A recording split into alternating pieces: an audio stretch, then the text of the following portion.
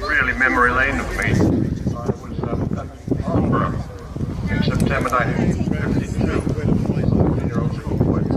when the then prototype, the Havilland 110, which became the Sea Vixen, came screaming over the airfield near the speed of sound, which back then was pretty fantastic. Flown by John Derry. Unfortunately, as we watched, it broke up in midair and crashed into the runway. A number of people who were watching, spectators, were killed. And I do remember seeing the de Havilland, the Hawker Hunter, sitting quite close to me. And the man at the control sort of staring at me.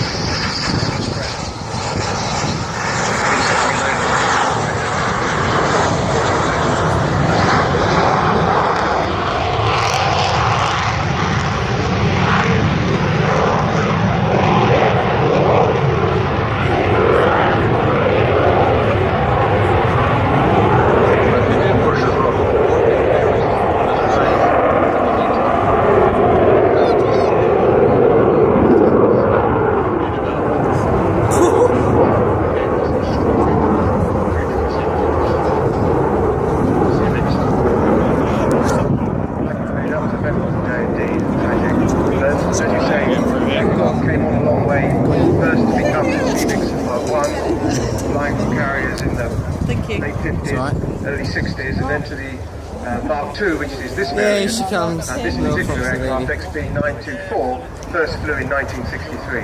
Now Simon's just bringing her in from Crowd Centre, approaching us and pulling up to show off that beautiful plan. Whoa!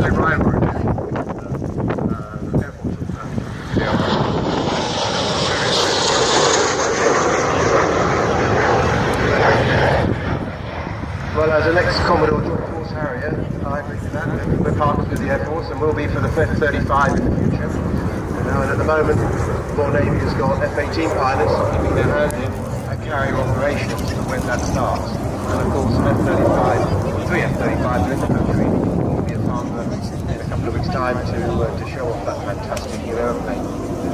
Not the end of the story, no doubt, but a further part of the story of Navy wings.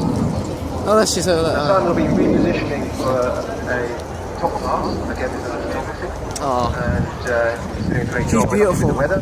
And it will be beautiful for those photographs with just enough cloud in the background to really see the plan form. Here it comes. Do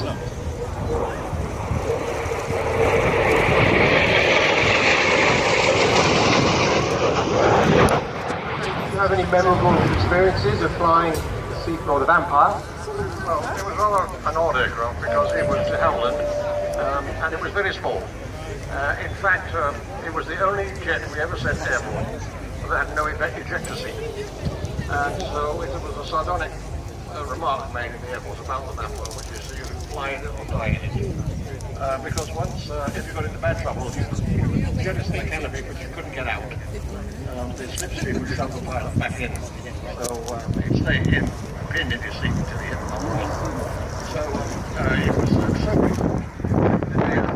It's one that would have me sitting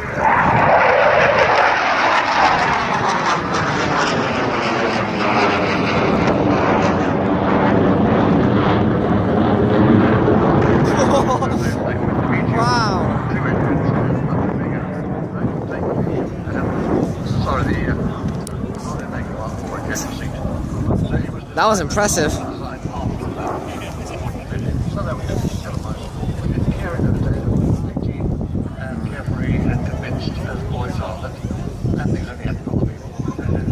Well, there we are. Well, we got Mark 4 seats in the Sea Vixen, and it cost me a lot of money every we wintered, overhaul them. So it's probably a good moment to say that we need to keep them serviceable, and we really do need contributions from the public to help meet. Oh, so we're down bit. Nice. And you can do that by coming onto our new Navy Wings website, navywings.org, and you can sign up there and help support us. Most of us are volunteers, and indeed I'm a volunteer. We're either part-time or, as I say, volunteers. And so we keep the cost of running this aircraft absolutely down. And as she comes in now, she's dirtied up, put the undercarriage down, and she'll do a 360 just to really show off the beautiful.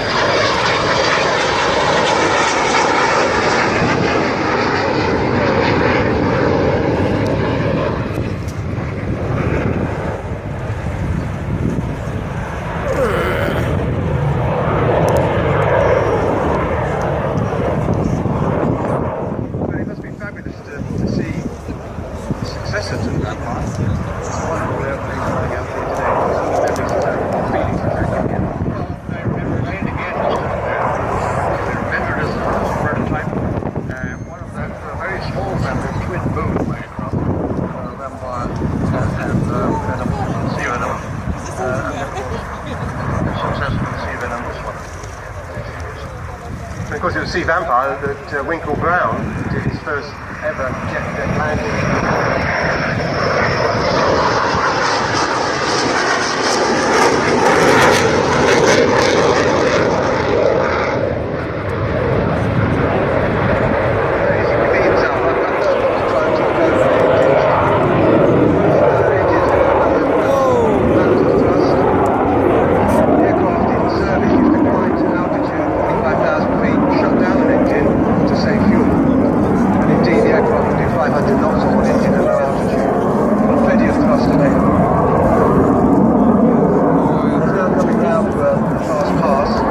Chat. We don't use full power, we don't pull more G because we want to preserve this aircraft for the nation for the longest time, for the longest time. Coming out from a right here. Once he's done that, he will reposition to land, and I'll talk about that in a moment. Just watch her now, she comes past, probably 450 on knots.